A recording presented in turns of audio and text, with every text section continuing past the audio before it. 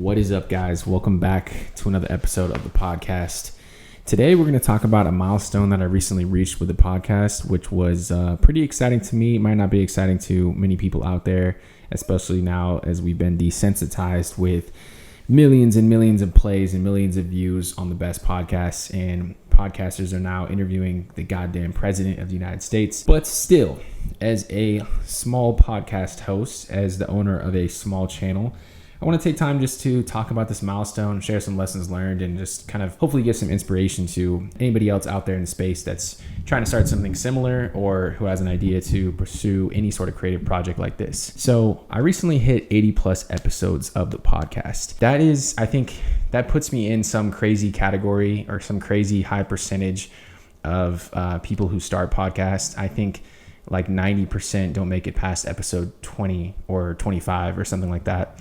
So the fact that I have 4x that and I'm still going strong, I'm not here to just clap for myself, but I want to talk about this milestone and kind of what it has taught me, getting to this point. I've ran this show for 2 years now. It started out with me literally recording on my phone. Now I have a little bit of a mic. I got a little camera, I've got some lights. I've got some things that I've used to upgrade and to try and make this podcast better every single time. That is the first lesson that I want to share today, is you have to slowly make micro adjustments. You can't expect to just leap ahead from 0 to 100. If you're doing anything, building anything from scratch, you have to slowly start to make shifts along the way that will make it better. And you have to continue to have that sort of growth mindset, that progress oriented mindset towards your craft. Because if you're doing it the same way over and over and over and over again, and you might be getting good results with that way, but over time, someone is going to get tired of it. Someone's going to hit unsubscribe, or people are just going to stop tuning in. And this is the same principle that you need to apply in business if you're in business, and it's what we see in companies that don't continue to innovate. You have to treat your craft the exact same way. And I noticed that from the start. Like, that's why I'm doing this here with a new background, with a new kind of setup, is because I realized like the talking head thing wasn't quite working. The talking head thing was, maybe I had all the game in the world to drop on you guys, and I thought that it was valuable, and I know internally that it's valuable, but the presentation matters too. You can't ignore the design and the layout and the setup of your show and expect to get the same results as the best podcasters in the world. That's the number one thing, is continue to innovate, continue to move the needle forward with the quality of your show, from audio to visual to everything else, what you talk about to the guests you have on. Always just be trying to raise the bar. Now, the second thing that I've learned is that it's really not about the results that you get out of a show. Obviously, if you're all in on something like a podcast, like let's say I were to have quit my full-time job and I was like going all in on this and making it a career, it's a little bit different. And I'm sure people have a different approach or a different take on this, but it really is about the person that you become along the way. Now, this sounds so cheesy and so corny, and I know you've probably heard it 1,000 times. It's about the journey, not the destination, whatever, who gives a shit. But really, in this case, like, I noticed that when I started the podcast, I was a certain type of person.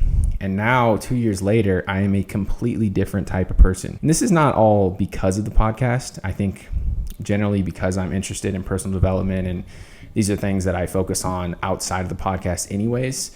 I probably would have made some progress in my life in general, but really I started to have to embody what I talk about on this show. Like, if I'm talking about self-improvement and I'm talking about personal growth, I have to start taking those actions more seriously. I have to start becoming more serious about that, being more disciplined, not going out drinking every single weekend and throwing off my progress towards making the podcast better. And I started, waking up earlier and waking up at 6 a.m., going for walks, starting to incorporate all different modalities of wellness too. The saunas, the cold plunges. I started running more. I signed up for 2 marathons this year. I completed 2 marathons this year, set a PR in my last one. All of these things I think are because of, or tied to, the podcast in some way, because I'm taking it serious, because I'm talking about it. Like, I have to walk the talk. It really transforms you into another person once you go on that growth journey, whether it's, a new hobby, whether you're learning a new sport,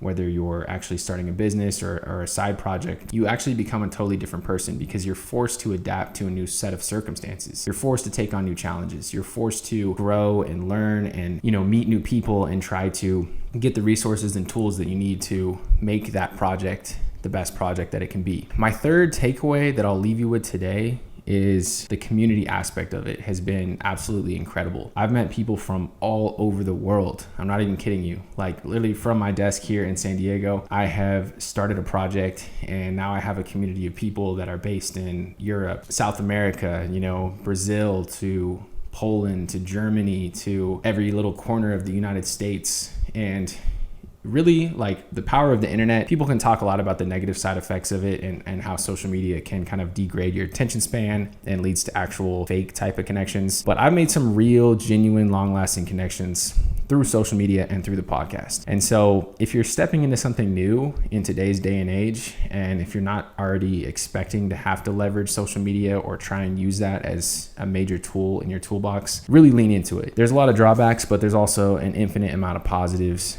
that you can take away. And it's really what you focus your attention on, and it's all about perspective. If you're focusing on the negative side effects of social media and drawing awareness to those, then you might start to see more and more of that in your day-to-day, and you're not going to notice all the positive side effects of it, all the positive connections that you've made, the way that you might have affected someone's life all the way across the world just by one little post that you made or one little topic that you covered that just related to their life in that moment. That's it, guys. That's it. 80 episodes deep.